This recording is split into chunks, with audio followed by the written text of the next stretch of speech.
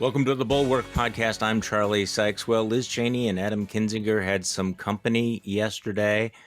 You had 35 Republicans who defied the former guy's demands for a cover-up, and Kevin McCarthy's opposition and the whipping of the leadership. Nearly 36 Republican representatives voted to form a bipartisan independent January 6th commission. That's the good news. The bad news, of course, is that 84% of the Republican conference, 175 Republicans, voted to memory hole the entire insurrection.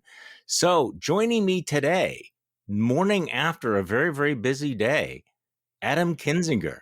How you doing, Congressman? Oh, you're so negative, Charlie. You know, Well, I'm just kidding. I'm good. I'm feeling like you are, but I'm good.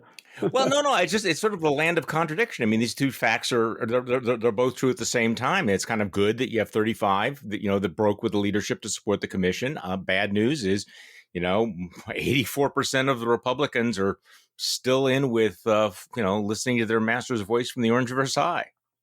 I'll tell you, I don't get it, because this to me was like, of all the, whether it's impeachment, I mean, sadly, even election certification, which is a basic job, of all the votes, this one I think to me seemed like the easiest. Like, yeah, let's do a commission. We were able to negotiate a better deal than we had. And like all this, 35, it's great. It's actually way more than I thought. But I'll tell you, the number of people that would come up to me or us or, some of those of us that were voting for this that said, boy, I admire you. I wish I could do it, but my district. It's like this was the time when I finally was thinking, that excuse is just getting so old. It's just so old now. Well, this is worth spending a little bit of time on, because if there was one off ramp to the crazy, this one does seem like the easiest, right? Because it's a bipartisan independent commission that is trying to get to the truth. The truth is usually not that controversial. It had been negotiated by one of your Republican colleagues, and yet, so I guess when you put it that way, why only 35?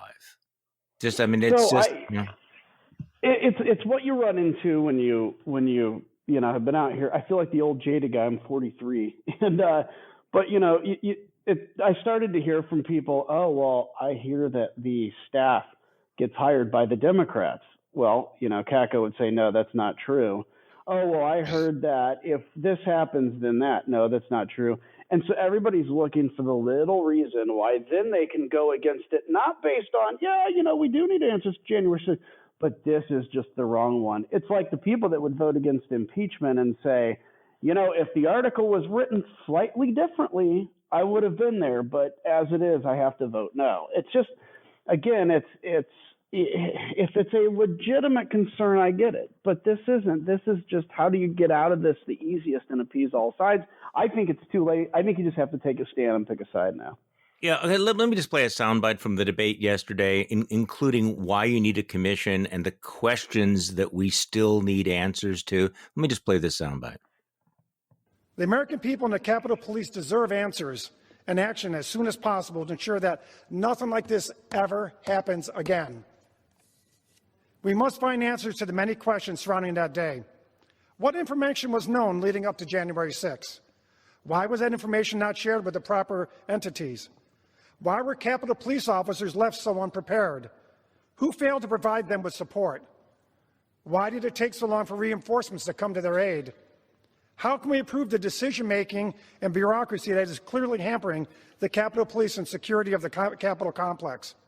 How can we ensure that the Capitol, members of Congress, and our staffs are secure from attacks? And how do we ensure that this is a safer place for members of the Capitol Police Force who risk their lives every day to protect us? These are only a few of the many questions that need to be answered. The American people and the Capitol Police deserve those answers. Okay, now that's really, really good. And what's extraordinary about that, Adam, Congressman, is that it's a Republican. That's your colleague, John Katko, the ranking member of the Homeland Security Committee, who negotiated this compromise in good faith and then was kneecapped by Kevin McCarthy. Totally. Yeah, and that's so. Here's the thing with John. He had started, at the beginning when you had, I don't know, Pelosi, I think, had recommended a commission of 11 Democrats, 7 Republicans. And we all were kind of like, look, that's going to turn into a not serious investigation. And so, Catco was empowered. Look, if you can do a couple of even, make it even. We had this great idea of retired members to take it out of the politics. Then you can get a real thing. So yeah, that's awesome. And everybody was good to go. And then, of course, I guess we didn't hear from Mar-a-Lago yet. And that's what changed everything. But, it's interesting, Charlie, the number of Capitol police officers who I think, probably in the past as federal employees were Democrats, now kind of skew certainly more Republican, but that have thanked me just for speaking out, because they've said, Michael Fanone himself has said to me, he's a Republican or was a Republican, and says, now you feel isolated because obviously the Democrats aren't really still eager to honor law enforcement because it kind of goes against their base. And now Republicans are acting like we didn't get the, SHIT kicked out of us on the front of the Capitol. And I don't get it. And yeah, the courage of John Catco to stick to it is good. That's leadership. But the many people that basically decided to throw him under the bus, it's really going to be hurtful for Kevin. And I think it may ultimately cost him any chance at speakership. Okay, so I want to come back to that in a moment, but you mentioned Michael Fanone, and you've been doing something. You push back if you want, but you've kind of been trolling Kevin McCarthy on this. But it's a legitimate question. Why won't Kevin McCarthy meet with Michael Fanone, this police officer who almost lost his life, who clearly has something to say about what happened on January 6th and what it actually means to back the blue? So talk to me a little bit about Michael Fanone and why Kevin McCarthy won't even talk to him. So Michael is, he's the one that was basically on CNN a couple days later. Mm-hmm. The dude with neck tattoos and everything, mm-hmm. And you're like, you look at him, you're like, that dude's a Republican, gotta be. And he's just the one. He was telling, he got that you shoot him with his own gun. He got tased 7 times in the neck. He had not a heart attack. He had heart failure. His heart failed on him. He was unconscious for 5 minutes. And I've seen his body cam video where, the whole thing where at the end, he wakes up from 5 minutes of unconscious once they finally pulled him inside, thought he was dead, tried to revive him. And his first thing he says, I'm going to get choked out. First thing he says is, did we hold the door? And that's a warrior. That's a warrior's heart. That's somebody who responded. He was a narco officer, saw the Capitol being overrun. This kind of all call went out for the law enforcement. The biggest untold story is the role of 800 Metro PD officers that all voluntarily scrambled to the Capitol, allowing the Capitol Police to retreat inside and protect members. And they went to war on the outside of the Capitol, and especially in that west front door where you saw the battering rams and the dude getting his mask pulled off. And that's where Fanone was. Well, he called all of us that voted for impeachment, just called our line and said, can I talk to him? Can I talk to him? My staff tells me, I'm like, give me his number. I want to talk to him. So we became fast friends. And he's just been wanting to talk to Kevin, not to go be a dick to Kevin, but just to say, look, here's my experience, because before you lead your party down this, you just need to hear from me. And Kevin won't meet with him. And I know exactly why he won't meet with him, because it's an uncomfortable conversation. I get it from Kevin's perspective if you've already have your mind made up. But the reality is you cannot be a party that talks about how much you love law enforcement, and I think we do, but then turn around and not listen to the guy that talks about how that, kind of noble patriotism that was abused and twisted to happen, to turn into what happened on January 6th, where you had people using Blue Lives Matter flags to beat Michael Fanone.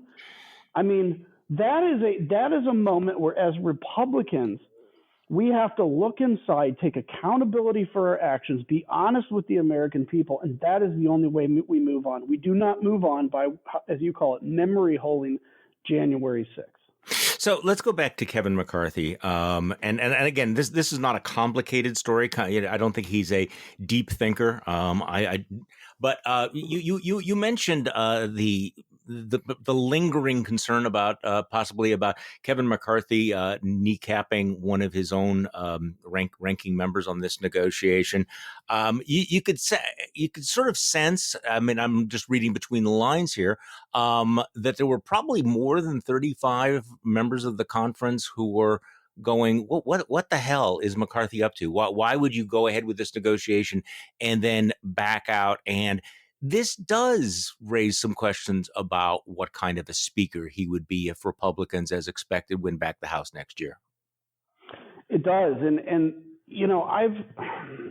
look, I was great friends with Kevin, as everybody thinks they are, and and I guess later finds out if they are or aren't. But so it's not easy to do it, to be honest, and just say what. But the reality is, if you look at, for instance, the tactics of the Freedom Club over the last 8 years, they started out as really concerned about fiscal deficits. Now they're more concerned about Dr. Seuss, and what's happened is they've used kind of terroristic actions. They've gone and said things that are whatever they believe, and then we, in the name of unity, unify. And then the next term, we start from their extreme position, and then they go more extreme. So with Kevin, I think he showed leadership when he spoke on the floor and said, this is Donald Trump's fault.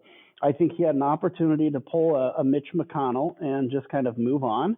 And I think Donald would be seen then as this kind of guy just yelling out press releases, from Mar-a-Lago that we may or may not pay any attention to. Instead, he sat around and goes, man, I need to raise money to win the majority because the message evidently doesn't matter.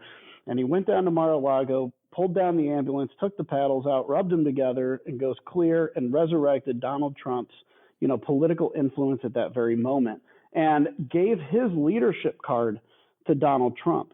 And so when you see somebody that, hears Donald Trump do a press release and says, this commission needs to end, and then he comes out and says this commission needs to end, that's not leadership, that's followership. Look, I understand it. He wants to be speaker, but this is a moment where not just our party, the country is so desperate for some radical change against the way business is being done that we just can't be silent anymore. So what would have happened if it had gone the other way? So let's go back to that moment right after January 6th. Kevin McCarthy comes out and, gives a pretty good speech, calling out the president for his lack of leadership. Mitch McConnell's speech is amazing when you listen to it in retrospect because it is so strong and suggests the possibility of even, criminal prosecution. And they both have flipped. And as you point out, have resurrected Donald Trump's influence. What would have happened if they both would have taken the off ramp, taken the easy off ramp, said, we're not going to go along with the insurrection. We're going to go along with the commission. We're not going to jump every time we get one of these missives from Mar-a-Lago. Would that have made a difference, or would they have been abandoned by their base? I think it would have made a massive difference. And, I think, does it mean that Kevin becomes speaker? Maybe not, because there are people that are going to be upset enough to withhold speakership from him. And I think that was in his calculation. But let's think about this. Right now, I'd say a good solid 30% of the Republican Party, if it was a two-person race, Donald Trump against, say, Liz Cheney, Liz would get 30, Donald would get 70. And I think that's what the party is right now. The problem is, in a primary, that's a blowout, right? But we have to look at the fact that there are 30% and say that's the starting point. I think had, Kevin and McConnell hasn't been terrible, but had they stayed kind of, Donald Trump doesn't exist, time to move on, I think it would be flipped, because I think you're always going to have that hardcore base that are, Trumpers first. But I think if we would have moved on with a healthy agenda for America, redefining conservatism in a way that actually works today, talk about, changing government, make it more internet accessible, decentralized, et cetera, and had a real focus like that, Americans, as I heard somebody once say, Americans don't solve problems, they just move on from them. And I think we would be moving on from Donald Trump. And yes, there would be probably the view of an open civil war in the party versus just now a purge.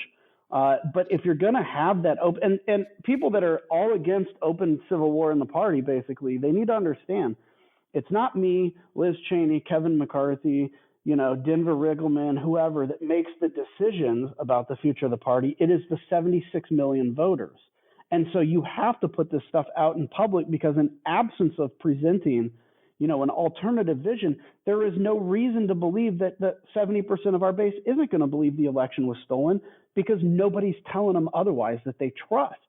And so I think you would have had, and it may not be like that, here in, kind of late May, but I think ultimately the party would have moved on from Donald Trump. And now all we're doing is delaying that until the presidential election, when quite honestly is probably more important for us, to have a good solid candidate and take back the White House. But we're too eager for the immediate hit of cash than we are for the actual long-term health. This feels so familiar to me. It feels like we're almost having a flashback to 2015, that Republicans are looking at Donald Trump and they see the crazy and they're hoping that somebody else will do something about it, or that something will come along, or that something will happen, but none of them are willing to lift a finger to do anything about it. So talking about moving on from Donald Trump, this, I think, just remains the screaming irony of what happened to Liz Cheney, is the excuse that, well, she just wouldn't move on. She wouldn't turn the page. And in fact, what's clear is that with both the Cheney vote and what happened yesterday, it's so clear that this Republican Party is the one that is refusing to move on from Donald Trump. So I want to ask you about Senator John Thune, who I think is one of these guys that gets it in private. But he said something, he said the quiet part out loud yesterday to CNN. He's, explaining why Republicans were going to kill this commission in the Senate, that they're worried that the findings could be weaponized politically and drug into the next year. Here's his quote. A lot of our members, and I think this is true a lot of House Republicans, want to be moving forward and not looking back. Anything that gets us rehashing the 2020 elections, I think, is a day lost on being able to draw a contrast between us and the Democrats' very radical left-wing agenda. And the reason I say it's the quiet part out loud is because he just sort of takes it for granted that your partisan agenda is more important than the oath you take. It's more important than, I don't know, protecting democracy or national security or finding out the truth. I mean, but that's really become the norm in our politics, hasn't it? Yeah, sadly it has. And for me, you can walk and chew gum. You can take accountability for what happened January 6th and also oppose the Biden agenda. I mean, yes. And by the way, if you think that even if we don't do a commission, somehow we're going to be able to whitewash, what various members and stuff did, I'll remind you there is still a criminal probe ongoing, and not to mention that history has a tendency to get things right. And it's going to look back and say it's not going to, acquit anybody that was involved in January 6th. And I think the most important thing is this too. There's never, in a 2-year election cycle and a 4-year presidential cycle, there's never a time, that's extremely convenient to, do some real housekeeping and kind of, looking at the plank in our own eye instead of pointing out the speck in the other person's eye, as the Bible talks about. But if there is a time to do it, it's right after an election when you're coming up on a midterm versus a presidential election, AKA right now, because we have a lot of time to come back from the damage that's already been revealed. If people think that the vast majority of Americans don't, hold the Republicans responsible if we don't do a commission, they're wrong. They do anyway. They hold us responsible because we are responsible. And you had mentioned something about, leadership, and it still amazes me how people expect that the Republican Party is going to have some organic awakening, short of literally a miracle, where they are just all of a sudden like, what did we do?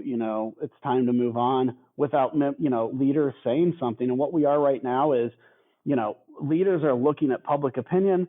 Public opinion is following leaders, as, was built by humanity at the beginning of time. And we're just a dog chasing our tail, running into traffic. And we keep doing it over and over again, instead of finally saying, okay, maybe we just need to lead a little bit. And Cheney's a prime example. I listen to your podcast every day, by the way. Good job. And thank you.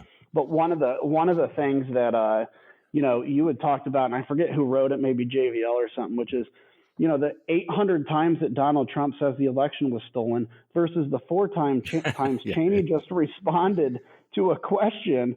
And yet she's the one whose policies we love, hate her tweets. She's gone, even though we hate Donald Trump's tweets, love his policies, and he's hero. All this reveals is that we are a party that is scared of our own shadow because of a man who lost access to Twitter and now just throws out press releases that usually don't even get picked up, but somehow we're still fearful. And yet, and tell me whether this is a correct read, because it seems to me that a lot of your colleagues are looking at one another, and they may agree with you, but they're thinking, look, we have to do this in order to win, and we're going to win anyway. So they think this is their strategy. They're all in on the denialism, on the Trumpism. And so if they take back the House and maybe even the Senate in 2022, won't they say to themselves, this worked? This is not suicide. This is actually, this is an act of, wild political genius on our part.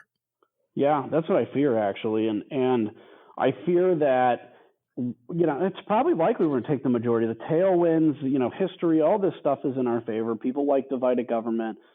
And the lesson will be, because we doubled down with Donald Trump, right?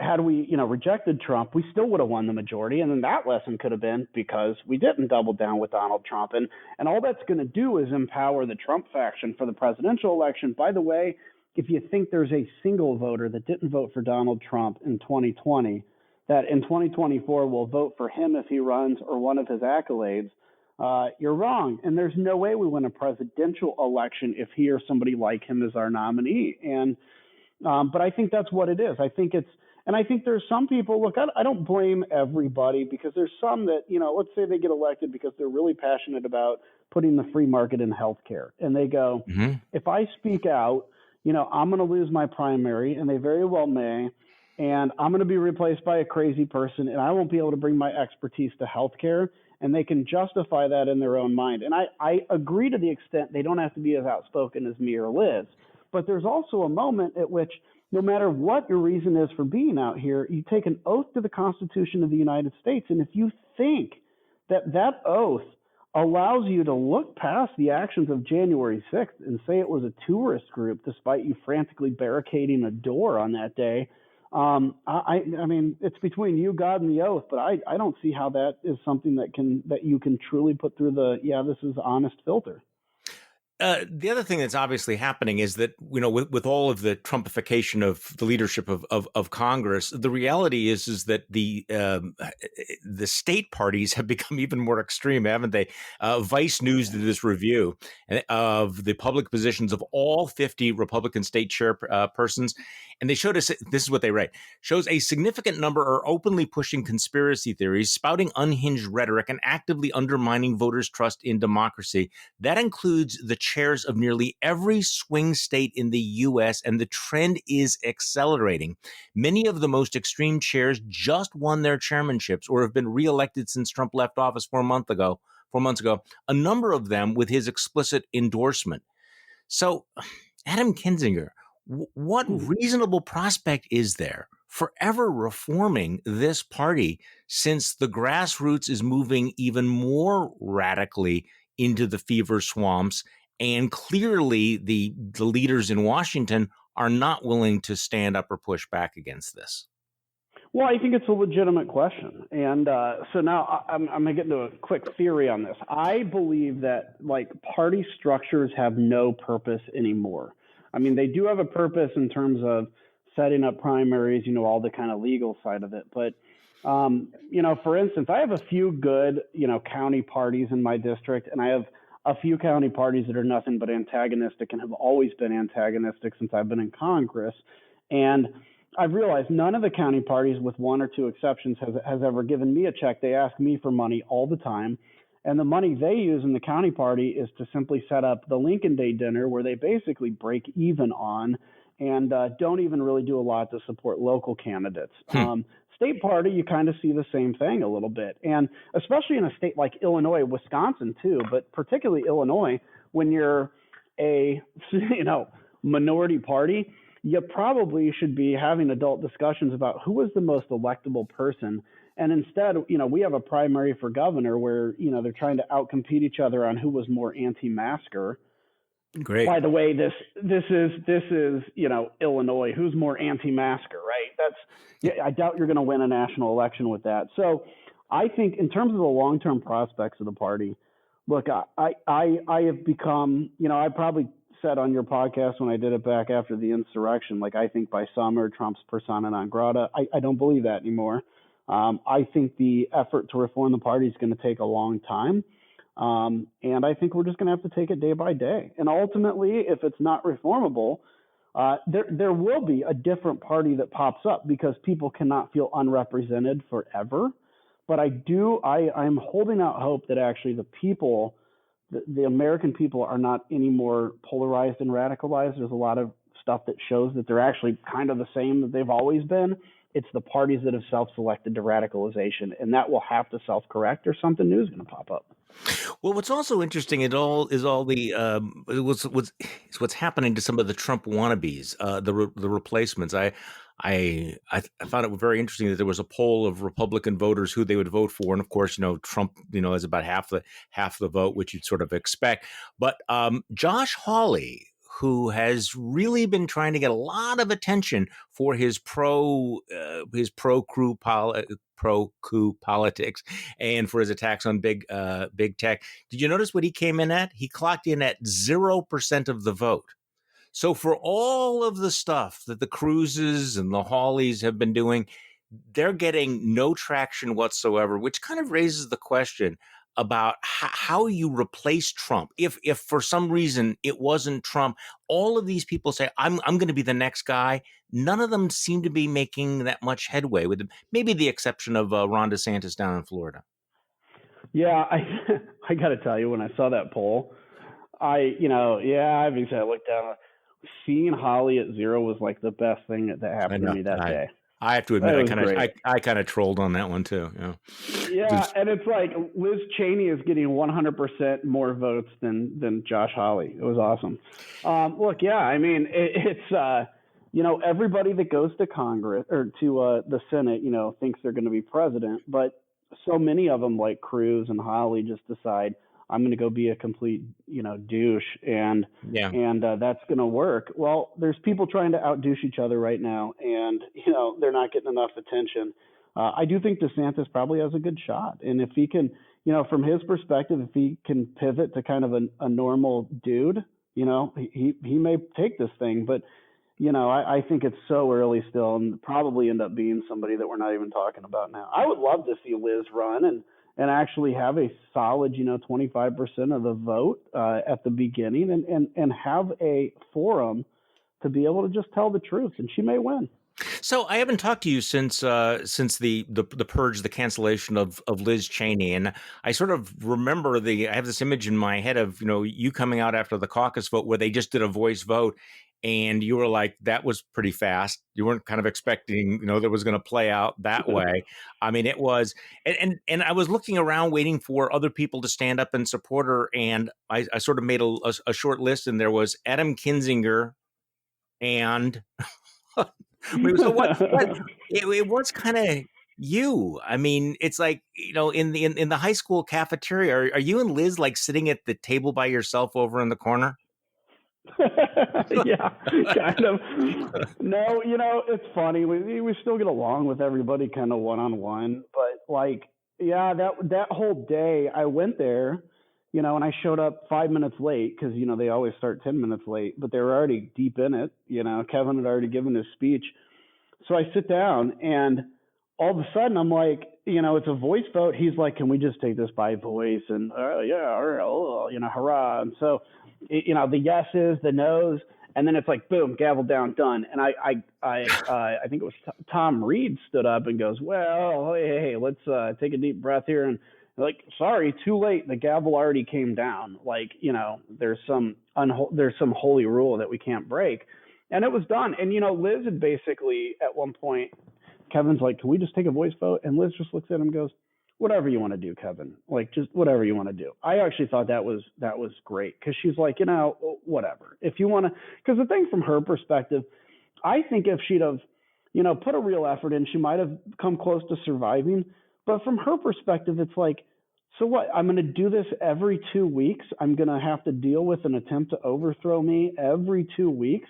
And I think it's genius. Look, I give the other side a ton of credit for their geniusness of this because, after January 6th, I was kind of pondering, we need to have a real vote of confidence or no confidence on Kevin because this is, 2 days before the insurrection, I was on a conference call and I said, Kevin, our lies about the election are going to lead to violence. And he goes, thanks, Adam. Next question. Disregarded it. And so I'm like, we at least deserve a discussion about that. And we decided, for the sake of unity and moving on and trying to heal, that, we would just do that. And next thing you know, a month later, Liz is on the chopping block twice. And, I think she finally just said, fine, I'm liberated. I'm going to tell the truth. And even if she loses her primary, which I think she can win, but, it's going to be hard. It's going to be tough. It's Yeah. going to be hard. And, but I think, her calculation is, you now have a forum to tell the truth to people, and telling the truth is worth it, because otherwise, if you just go, you do what you have to do to win, you don't tell the truth, you're stuck in the same cycle. So's the party, and you have the same moral kind of tear at your heart that you have anyway. And Liz has always fought authoritarianism in her entire life, like her father. And I think she sees this here in this country and says, I'm going to fight authoritarianism here at home. And it's going to be hard, but we're going to do it. Well, of course, one of the ironies of all of this is that the attempt to cancel her has given her a much bigger platform than she ever had before. She's much more. She's obviously, exponentially better known now than she was as the number 3 member of House leadership. I mean, let's be honest about it. Outside of Washington, nobody knows who the chairman of the House conference is. But people know who Liz Cheney is right now. So let me ask you this, because you get this a lot, I'm sure, but it's maxed out with her. What took her so long to really break with Trump? If she's against authoritarianism, she voted against the first impeachment. She went along with almost all of Trump's policies. She voted for him for re-election. There have been a lot of us who've been saying, hey, guys, this is really, really bad. This is horrible. The red lines are being crossed over and over and over again. And until January 6th, she hung in there. Now, I understand, and I am completely open to people falling off the horse on the way to Damascus. I get that, but in her particular case, or even in yours, what took so long, do you think? Yeah, I think, look, it's so I'll put you in kind of the mind of where we were at the time. You look at, Liz and I had been talking to each other about some of the stuff going on since she's been in Congress, and and expressing concerns and stuff. On the first impeachment, let's just be honest. This was, if I could go back in time with what I know now, I'd vote for it, like in a heartbeat, right? Yeah. And I wouldn't vote for Donald Trump in 2020. I didn't vote for him in 2016. But that said, when the Democrats had made the decision to kind of rush impeachment out after, before Christmas, I think they could have waited. They could have had some witnesses. They could have done a better job on the first time. So you can use that as the excuse to say, okay, well, they're not taking it seriously, so let's move on this.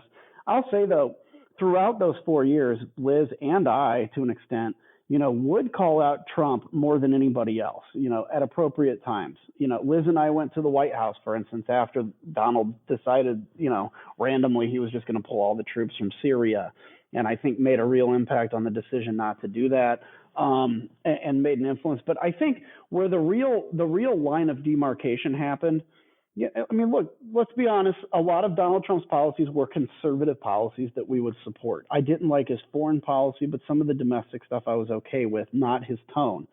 But the day that the election happened, and then he began undermining that, even prior to that, but particularly after the election, that's when you go from, this is a dude I don't like, to this is a guy that's really dangerous, to democracy. And I think, and I've heard you talk about this, Right.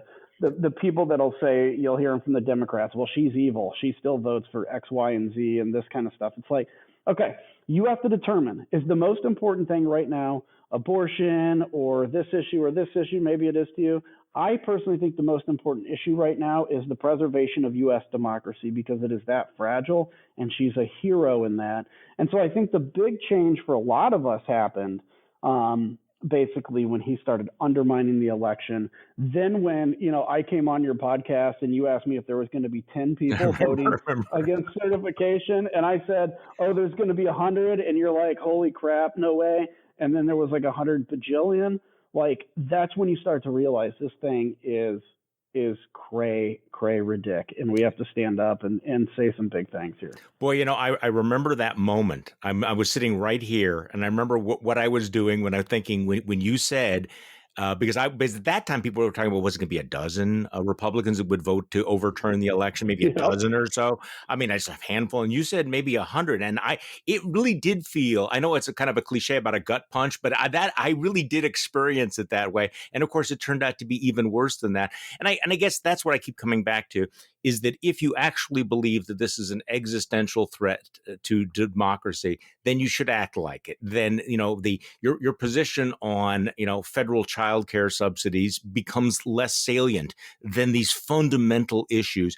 Speaking of threats, and I think that one of the things that we always wrestle with is, you don't want to be hysterical. You don't want to believe in things that aren't necessarily going to happen. On the other hand, sometimes I think we have a failure of imagination of how bad things can be. And as we look back on that period that you just mentioned, between the election in January 6th and January 20th, that was beyond most people's worst case scenarios. And the more we learn about the efforts that Trump was taking to overturn this election, they were not just going through the motions. This could have happened. And the fact that there was this active discussion of using the military. And Right. I know that seems so extreme, but you go back and look at the record. Michael Flynn in the Oval Office talking about using the Army. The concern was so great that Department of Defense officials had to release statements. Liz Cheney herself was one of those people who got all of the living former secretaries of defense to sign a letter saying, hey, by the way, coups are bad in America. We should not have the military overturn an election. The fact that we actually experienced that is still mind-boggling, and it makes you wonder what the threats are going forward, because this is not done yet. And I mean, that's the fundamental, most powerful argument, I think, for the January 6th commission, right? Is that this thing is not over. That if we don't deal with that, then we could experience worse in the future. You're 100% right, and I think using the imagination, if back in October we'd have talked about what was going to happen as a theory, we'd be like, it's not going to happen, but Right. I think somebody had said, maybe it was on your podcast again, I guess, where it was like, if you actually took a poll in the Republican Party of would you support the military reinstalling Donald Trump as president, that would be probably humbling and frightening to see. So let's run through this. Let's say, because the last institution of government that is not politicized is the military, and it's on its way to being politicized. And, yes, obviously Congress is politicized. Nobody trusts Congress, even though this should be an institution that has high trust numbers because it most directly represents the people. The military is being politicized. So let's say that on that day, let's say the Supreme Court comes out with something like is happening in El Salvador, for instance. My wife is Salvadorian. The president there, the Supreme Court declared something. He just said, nah, I'm not going to do it, sent the police over. And can you imagine something like that happening here? I actually think that's possible at some point.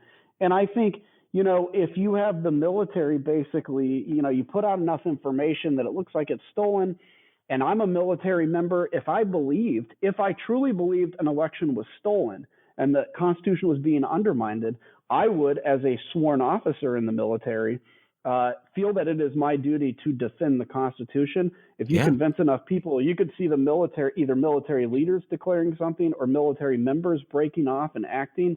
I think it is a real serious concern. And I think this is what every Republican needs to understand, and frankly, every Democrat, is we have to get back to putting the country and the Constitution before any party needs, because the things that we argue about now, tax rates and all this kind of stuff, if you literally have a failed society and government, that's going to pale in comparison to my dad is on heart medicine and the supply chain has failed. I can't get his heart medicine. He's got about a week left to live. Those are real concerns. Or if the municipal water system doesn't work anymore, that kind of stuff, if you have a failed government.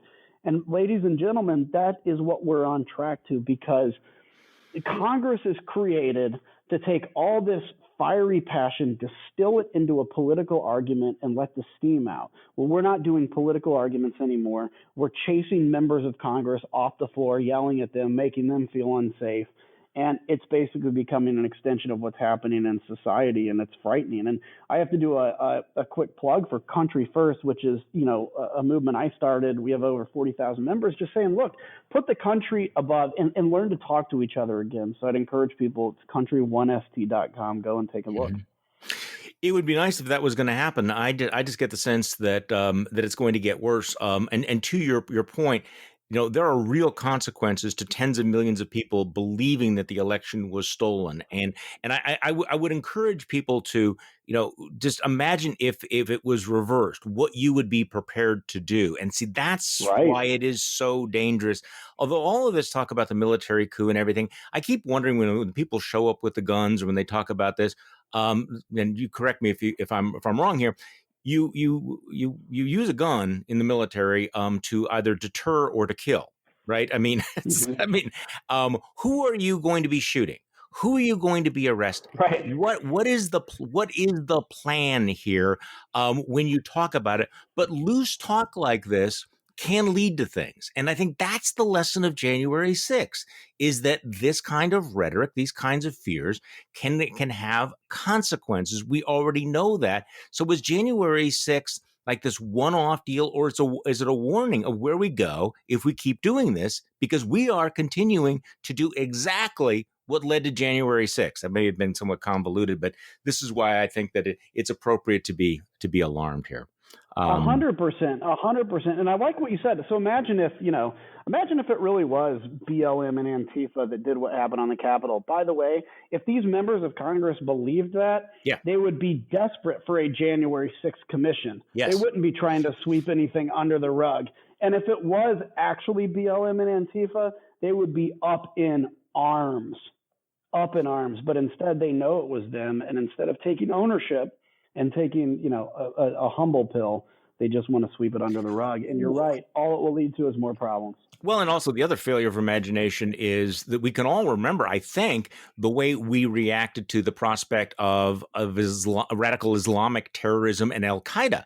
And now, though, the real threat is domestic terrorism. And it's interesting that we are not dealing with the domestic terror threat with anything like the approach that we took to Al-Qaeda back in after 9/11. Adam Kinzinger, thank you so much for joining me. I know it's going to be a very busy day for you. It's been a very, very busy week, and we appreciate it. Yeah, anytime, brother. Thanks. Adam Kinzinger on the Bulwark podcast, once again, reminding me of that one gut punch. So for those of you who think that sometimes we're too alarmist, that it can't quite get that bad, I do remember that time we had that conversation about how many Republicans would vote to overturn the election. I'll tell you, the thing that really scares me is that I keep thinking, that, well, in the back of your mind, you're thinking that, well, the good guys will stand up and do the right thing. But at this point, you know what? If it comes down to whether or not my fellow cheesehead Mike Gallagher is going to stand up for democracy, can't be that confident anymore. Sorry to take the cheap shot. Thank you all for listening to today's Bulwark podcast. I'm Charlie Sykes. We will be back tomorrow, and we will do this all over again.